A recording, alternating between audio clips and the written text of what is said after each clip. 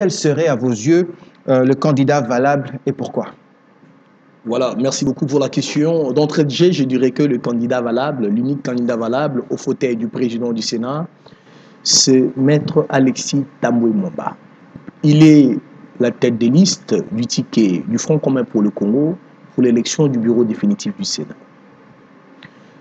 Maître Alexis Tambwe Mwamba est un politologue, un diplomate, un juriste. Maître Alexis Tambwe Mwamba, c'est un cerveau bleu pour ce pays. Il est à la fois l'image d'une tête bien faite et bien pleine, d'une rigueur démontrée et d'une expérience indiscutable. Aujourd'hui, nous sommes dans une nouvelle phase où il vivre l'installation du bureau définitif du Sénat, la chambre haute de notre Parlement qui est bicamérale. Le pouvoir législatif, c'est parmi les piliers des pouvoirs de notre pays. Il ne peut en aucun cas être donné aujourd'hui à un individu qui s'aventure ou qui brille par la vie des reniements et des redditions. Pour notre cas, pourquoi opérer le choix de Maître Alexis Tambwe Mwamba? Je vais vous dire que si vous et nous, aujourd'hui, sur un plateau de Siloé Télévision, avons l'occasion de parler librement politique, de discuter autour des questions de notre pays, entre Congolais, c'est parce qu'il y a eu par l'histoire de compatriotes qui ont lutté pour l'obtention de notre indépendance. Je vois là le martyr de l'indépendance. Je vois là tous ces Congolais qui étaient autour de la table ronde de Bruxelles pour arracher notre indépendance auprès de Belges. Je vois là Patrice Emery Lumumba qui a donné sa vie pour la souveraineté et l'indépendance du peuple congolais. Je vois encore le maquisard de Fizi, ces compatriotes qui s'étaient insurgés contre la dictature du maréchal Mobutu à l'époque pour dire nous devons lutter contre la dictature. Nous devons chasser les dictateurs et faire de notre pays une république démocratique. Je vois également la lutte de plus d'une trentaine d'années livrée par le docteur Étienne Tshisekedi Wamulumba pour l'instauration d'un état de droit, de la démocratie dans ce pays, pour la dignité et la souveraineté du peuple congolais. Aujourd'hui, il faut être l'ennemi du Congo pour ne pas voir que de deux personnalités qui prétendent accéder à la haute fonction du président du Sénat, desquels Dédé est la personne la plus valable. Cette lutte pour laquelle nos aïeux, nos héros sont tombés, se sanctionne aujourd'hui par la naissance d'une génération de nationalistes, patriotes, souverainistes. Vous voulez dire que c'est en faveur Maître Alexis Tambwe Mwamba cette lutte est un compatriote de cette race. Je crois que le choix en sa faveur est un choix pour consolider notre souveraineté, notre liberté et l'émergence d'une véritable république démocratique. Je m'en vais là à la fois. Regardez vers ceux-là qui pensent que cette histoire de sanctions belges contre Maître Alexis Tambwe Mwamba ou des sanctions d'autres impérialistes pourrait être aujourd'hui un blocage ou un obstacle à sa capacité de servir son pays. Bien au contraire, c'est d'ailleurs là un test, c'est d'ailleurs là un témoignage que nous devrions considérer que Maître Alexis Tambwe Mwamba est un Congolais qui a l'esprit de Lumumba, l'esprit de Kimpan Vita, l'esprit de Simon Kimbangu, que malgré les circonstances, les intimidations extérieures, malgré les chantages de Belges ou des autres supranationalistes, c'est un Congolais qui ne pourrait jamais céder face à l'intérêt de la République démocratique du Congo, face au bien-être de son peuple. Nous avons en face de nous un nationaliste de la trempe de tous ceux-là qui ont donné leur vie pour l'indépendance du Congo. Avant que Josué Foutila pose sa question, est-ce que ce choix du sénateur Alexis Tambwe Mwamba est motivé politiquement juste parce qu'il y a une autorité morale qui a imposé ce choix? Est-ce que c'est un choix politique ou c'est un choix de la raison? Voilà. D'abord, je vais vous dire une chose, c'est un choix de la raison. La raison a été évoquée ici dans ce que je viens de vous présenter comme raisonnement. Vous avez vu que j'ai évoqué l'histoire de notre pays. Ce n'est pas seulement pour vous parler d'histoire sur le plateau de Siloé Télévision, parce que l'histoire, il y en a qui la maîtrisent mieux que moi. Je suis en train ici d'éveiller la conscience nationale. Je suis en train ici d'appeler les honorables sénateurs, qui seront d'ailleurs eux les électeurs le jour de vote, d'ouvrir leur œil. Et le bon. Et le bon. Pour voir que des deux candidats, des deux principaux candidats à cette fonction, Maître Alexis Tambwe Mwamba est les meilleurs et l'unique qui mérite de prendre le marteau du Sénat. Et c'est un choix de la raison. Mais à la fois, c'est aussi un choix politique. Parce que nous sommes sur un plateau qui parle politique. Si nous, notre pays, nous ne savons pas, par notre politique, sécuriser nos intérêts, regarder en face de nous les défis de notre génération. Ces défis-là de refuser que désormais ne puissent plus interférer dans les affaires nationales de mains extérieures, ne puissent plus agir dans ces pays les négationnismes de toutes ces personnes qui pensent qu'après les accords de Lusaka, après le dialogue de San City, après tout ça, lisez le préambule de notre Constitution. Vous verrez que le peuple congolais a pris l'option, depuis un certain temps, au travers les dialogues intercongolais, d'effacer le passé, de se pardonner, de se mettre ensemble pour construire maintenant le Congo. Maître Alexis Tambwe Mwamba, aujourd'hui acteur politique, avec toute sa carrière politique derrière lui, n'est pas la personne du passé. C'est une personne du présent qui est apte à nous engager dans les enjeux du futur convenablement et avec dignité. Il a évoqué un aspect très important, il a parlé des primaires. Est-ce que nous sommes prêts dans notre culture politique, notre culture démocratique ici en RDC, de penser même à des primaires? Est-ce que cela est pensable déjà au niveau du FCC? Mais voilà, Maître Souzou, devant moi ici, a fait des allégations que moi je trouve inconsistantes. D'abord parce qu'elles sont basées sur une méconnaissance du fonctionnement du Front commun pour le Congo. Le fait qu'il fasse allusion à la tenue de primaires avant toute prise de décision ou désignation des candidats pour des élections au second degré, ou même pour des nominations au sein du gouvernement, s'il faut le considérer. Donc il faut qu'il sache que le Front commun pour le Congo organise des primaires à son sein.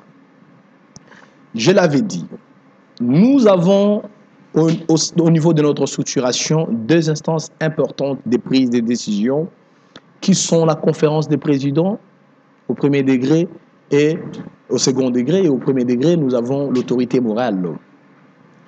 La conférence des présidents travaille pour le primaire, pour voir de qui parmi les prétendus candidats, lesquels des prétentions peut être aujourd'hui conforme à la lutte politique du Front commun pour le Congo et laquelle de prétention bénéficie de l'approbation de ses pairs. Ce sont des primaires au sein du Front commun pour le Congo. Donc, cette proposition vient en retard. Nous sommes habitués à des primaires. Est-ce qu'il a été organisé avec Bahati? C'est ce que je vous dis. Vous avez certainement suivi le sénateur Modeste Bahati lui-même dire qu'il avait, au travers une correspondance édictée par son regroupement politique, signifié auprès de l'autorité morale du Front commun pour le Congo, mais également au niveau de la coordination du Front commun pour le Congo, ses ambitions pour le poste du premier fauteuil du Sénat. Ils n'étaient pas les seuls. Il y avait encore d'autres prétentions venant du PPRD. Il y avait des prétentions des autres éminents membres du Front commun pour le Congo pour le même poste. Mais, étant donné que nous sommes une famille politique ordonnée, disciplinée, j'ai entendu mon co-débatteur estimé, ça n'engage que lui, que je sois animé par une émotion, par la passion. Non, je suis ici de manière raisonnable pour ne dire que ce qui est réel, relatif à la vie du Front commun pour le Congo et non mes émotions. C'est pour vous dire quoi? Le sénateur Modeste Bahati connaît très bien ces choses. Également, le sénateur Alexis Tambwe Mwamba, que lorsque nous sommes dans une phase de prise de décision ou de choix à faire, il y a un travail qui s'est fait au niveau de la conférence de président. On tamise les prétentions des uns et des autres. La conférence du président décide et soumet à l'approbation finale de l'autorité morale qui, à la fois, valide un choix pour notre famille politique. Et ça a été la procédure suivie pour le choix donc du Premier ministre. Donc c'est l'autorité morale qui tranche le choix. Oui, c'est une instance chez nous qui, à la fin, approuve. Parce que, en tant qu'autorité morale, il est là pour écouter des part et d'autres s'il y a des objections par rapport au travail fait au niveau de la conférence de président. Et après considération de toutes ces informations, l'autorité morale approuve le choix du Front commun pour le Congo. Il ne tranche pas, mais il approuve. Il approuve. Il peut aussi soumettre. Il peut lui-même proposer. Mais tout ce travail s'est fait au sein de la famille Front commun pour le Congo. Et ça a été le cas pour la désignation du nouveau Premier ministre. Ça a été le cas d'ailleurs pour, s'il faut revenir en arrière, pour l'élection de bureau, les élections de bureaux définitifs de l'Assemblée provinciale, les élections de gouverneurs, l'élection du bureau définitif de l'Assemblée nationale. Vous vous souviendrez que la FDC a regroupement politique du professeur Modeste Bahati a des gouverneurs, des vice-gouverneurs, a des membres dans le bureau définitif de l'Assemblée nationale. Est-ce que vous l'avez entendu dénoncer qu'il n'y a pas eu de primaires ou qu'il n'y a pas eu considération des prétentions des uns et des autres? Mais ici, maintenant, nous arrivons à un cas différent. C'est un cas où le professeur Modeste Bahati Lukobo sort des principes et de la coutume de sa famille politique pour mettre en avant ses caprices, mettre en avant ses ambitions personnelles. Et là, il se révèle comme étant un cavalier solitaire, un dissident de sa famille politique qui veut aujourd'hui, au nom de ses ambitions personnelles, sacrifier le travail de toute sa famille politique. Et là, c'est inconcevable. Il allait être voilà pourquoi je vous dis ceci. Le Modeste Bahati Lukobo lui-même a souligné dans une interview, je suivis, il a dit qu'au sein du Front commun pour le Congo, nous sommes régis par des normes, et parmi ces normes, il y a la norme de la discipline. Nous avons tous soumis nos prétentions, et nous pensons qu'au niveau final, après l'approbation de l'autorité morale, nous allons soutenir les candidats que le Front commun pour le Congo a présentés. À ce jour, le sénateur Modeste Bahati Lukobo, s'il veut être un Congolais sincère, s'il est patriote, il devrait retirer sa candidature et soutenir la candidature de maître Alexis Tambwe Mwamba, parce que cela a été sa parole. Le fait qu'il continue à challenger Alexis Tambwe Mwamba, il continue dans sa dissidence, parce que lui, déjà vous voyez qu'à cause de cette dissidence, d'autres nationalistes du regroupement politique AFDCA ont compris que on ne peut plus continuer à évoluer sous le leadership de quelqu'un qui est assez inconstant et que nous devrions rester un seul sénateur sur les 14. Je vous dis ceci, des élus et ces sénateurs-là et plusieurs élus provinciaux et nationaux, plusieurs vice-gouverneurs et membres de bureau de l'Assemblée nationale provinciale ont levé l'option de rester fidèles à la logique du Front commun pour le Congo. Voilà ce qui démontre que Modeste Bahati Lukobo est dans une logique individuelle qui ne peut en aucun cas cohérer avec la vision de son mouvement politique, encore pire avec la vision du Front commun pour le Congo. Avant de donner aussi la parole à Maître Sunzu, mais je me souviens que le sénateur Modeste Bahati a aussi évoqué vouloir éviter ce qui est arrivé en 2007. Vous vous souviendrez, entre Léon Kengo Adondo et Cheo Kitondu. Est-ce que vous ne pensez pas qu'à son niveau, c'est aussi une mesure prudente? Je vais vous ajouter encore un élément de ce qu'il avait dit à ce sens. Il avait dit qu'il veut éviter ce qui est arrivé entre Cheo Kitondu et Léon Kengo Adondo. Il veut encore éviter qu'on connaisse l'échec comme nous l'avons connu avec notre candidat à la présidentielle, Emmanuel Ramazani Shadari. Alors, je considère vraiment cet amour-là, ce protectionnisme du sénateur Modeste Bahtili Lukobo quant au fauteuil du Sénat. Mais maintenant, regardons alors clairement, avons-nous un adversaire en face du sénateur Alexis Tambwe Mwamba? Avons-nous un autre Congolais capable d'imposer l'échec à maître Alexis Tambwe Mwamba? Non. Vous comprendrez qu'il est le seul qui soit en train, laissez-moi finir, monsieur Joseph. Il y avait un troisième candidat. Non, oui. Il a désisté, c'est pour vous dire que lui, celui-là qui a désisté est plus honorable que Modeste Bahtili Lukobo parce que lui prétend protéger la famille politique, protéger l'intérêt du Fonds commun pour le Congo. Alors, il a l'occasion, il peut protéger les intérêts du Fonds commun pour le Congo parce qu'il n'y a pas un challenger dangereux en face du sénateur Alexis Tambwe Mwamba.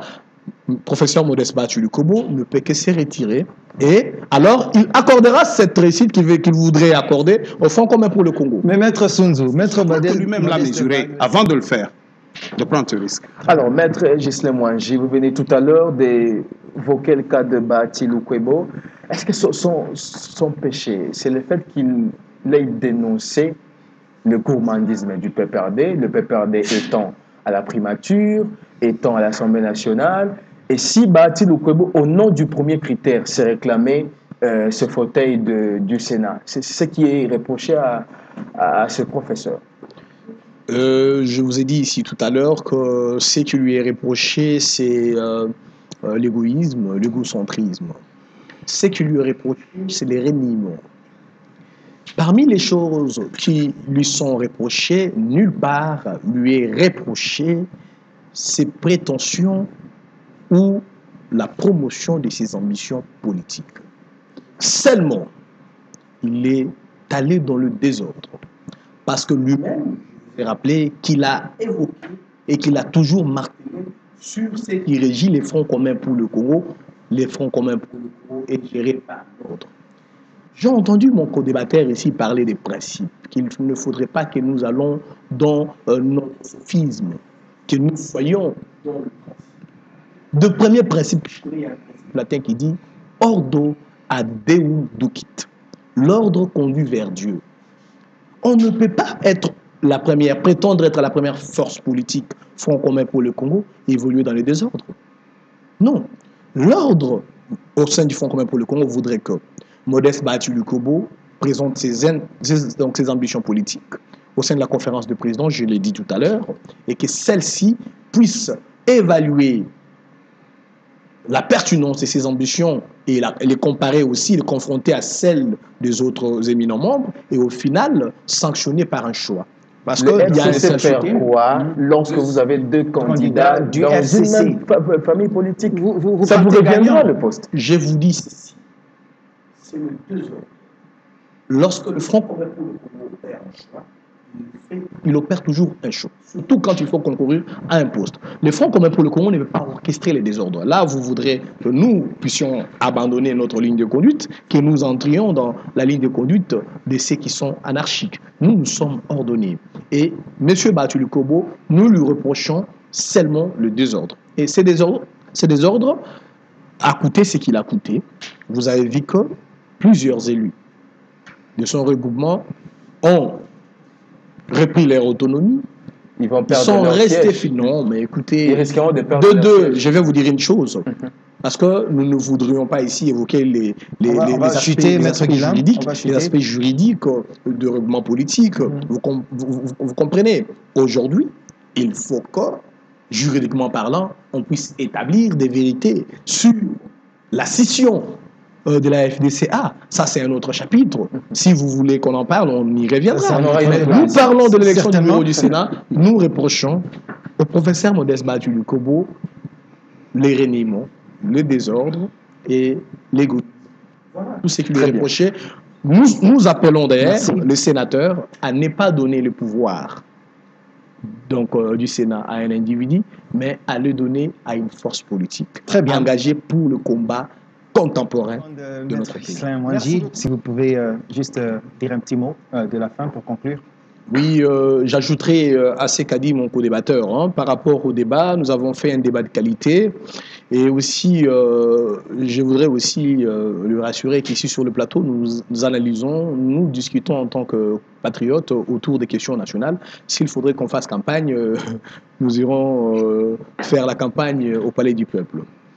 Alors, par rapport au choix, le choix de la raison, le choix des valeurs est Alexis Tamouy Mwamba, parce que je voulais expliquer, ces choix regorgent l'historique de notre lutte pour la souveraineté, pour la liberté, pour l'indépendance. Contrairement à tous ceux qui veulent se plonger dans le négationnisme, nous, au sein du Front commun pour le Congo, nous voulons œuvrer pour une République démocratique du Congo plus digne et souveraine dans les jours qui viennent. Avec Alexis Tamouy Mwamba à la tête du Sénat, cette prestigieuse haute chambre de notre Parlement, ça sera une garantie que notre lutte va cheminer. Et je souhaite d'ailleurs que nous puissions tous incarner cet esprit-là, l'esprit de l'amour du Congo. Contrairement à ce que veulent nous lancer certains supranationalistes, certains impérialistes, nous n'avons pas besoin de l'approbation extérieure pour servir notre pays. Nous serons Congolais que si nous comprenons que tout ce qui vient de l'extérieur, et surtout en termes de sanctions, en termes de découragement à l'endroit des dignes fils de ces pays, est un combat contre tous les Congolais, et tous les Congolais devraient s'élever pour défendre la candidature d'Alexis Tamouy Mwamba. Je l'ai encore dit une fois ici, Modeste Bahati Lukwebo ne régorge pas les valeurs, parce que nous sommes en phase de moralisation de la vie publique, comme l'a dit Maître Sun Tzu, et les reniements, la traîtrise, le désordre ne figurent pas parmi les valeurs morales dans une république qui veut décoller. Décollons, mais avec des gens qui sont conscients des enjeux et du défi de notre pays. Voilà, c'est avec ces mots que nous allons terminer.